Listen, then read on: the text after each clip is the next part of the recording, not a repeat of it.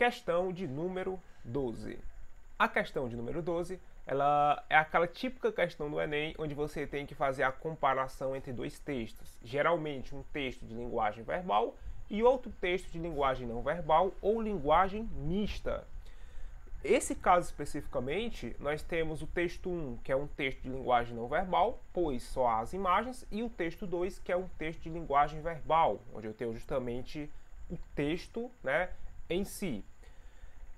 Uma dica importante, quando você se deparar com esse tipo de questão, geralmente os textos eles têm dois comportamentos, ou eles convergem, ou eles vão trazer praticamente a mesma visão sobre o assunto tratado, ou eles vão divergir, ou eles vão trazer pontos de vista opostos sobre o assunto que vai ser discutido.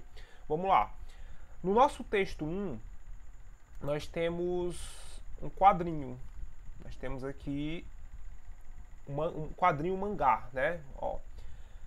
A promessa da felicidade. Você percebe que tem aqui alguém com chapéu, que não é o Luffy do One Piece. Aí aparece alguém, traz uma flor e a pessoa fica feliz, ó. Título: The Promise of Happiness, a promessa da felicidade. Você percebe que não tem linguagem verbal e nem precisa. Já especificamente você já entende aqui o assunto, já entende o conteúdo abordado. E o texto 2, ele traz aqui as seguintes informações. Quadrinista surda faz sucesso na CCXP com narrativas silenciosas. Certamente, né, esse quadrinho que a gente viu é um quadrinho dessa quadrinista surda. E aí temos aqui o texto. E a diversidade vai além do estilo das HQs. Em uma das mesas, na fila F, senta a quadrinista com deficiência auditiva, Ju Loyola, com suas histórias que classifica como narrativas silenciosas. Olha que interessante, narrativas silenciosas. Lembrar que educação para surdos, né, já foi um tema do Enem. São histórias que podem ser compreendidas por crianças e adultos, e pessoas de qualquer nacionalidade, pelo simples motivo de não terem uma única palavra.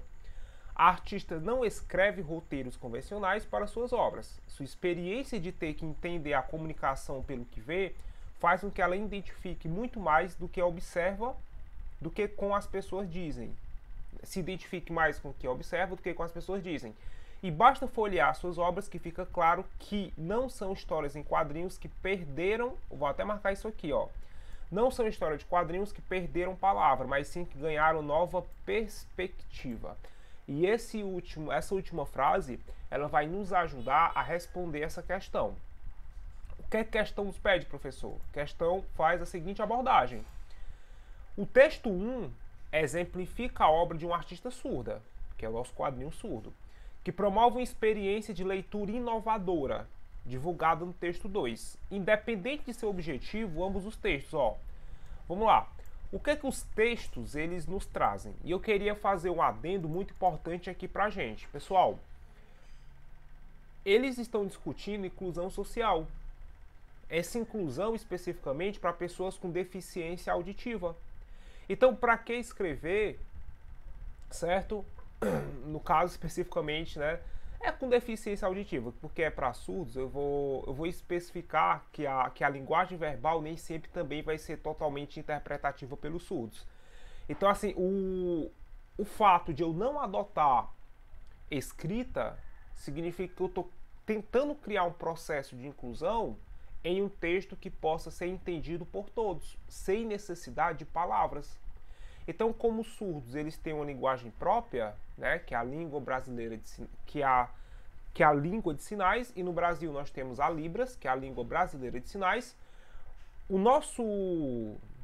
A nossa língua especificamente, às vezes elas têm, os surdos têm dificuldade de interpretar, às vezes por palavras complexas que eles não conseguem associar a algum elemento da realidade.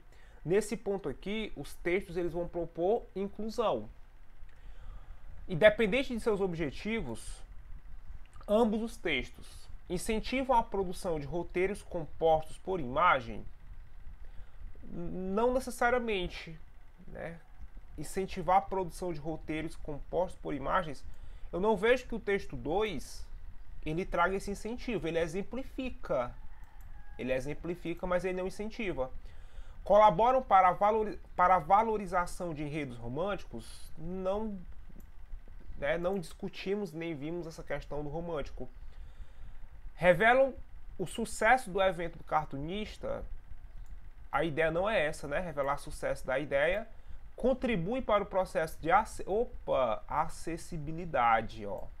Quando eu falo inclusão, né, aqui especificamente eu trabalho acessibilidade comunicacional, que é acessibilidade na comunicação.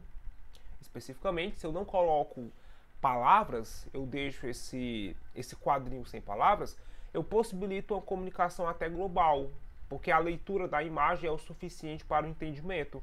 Então esse processo de acessibilidade, ele faz muito sentido como resposta.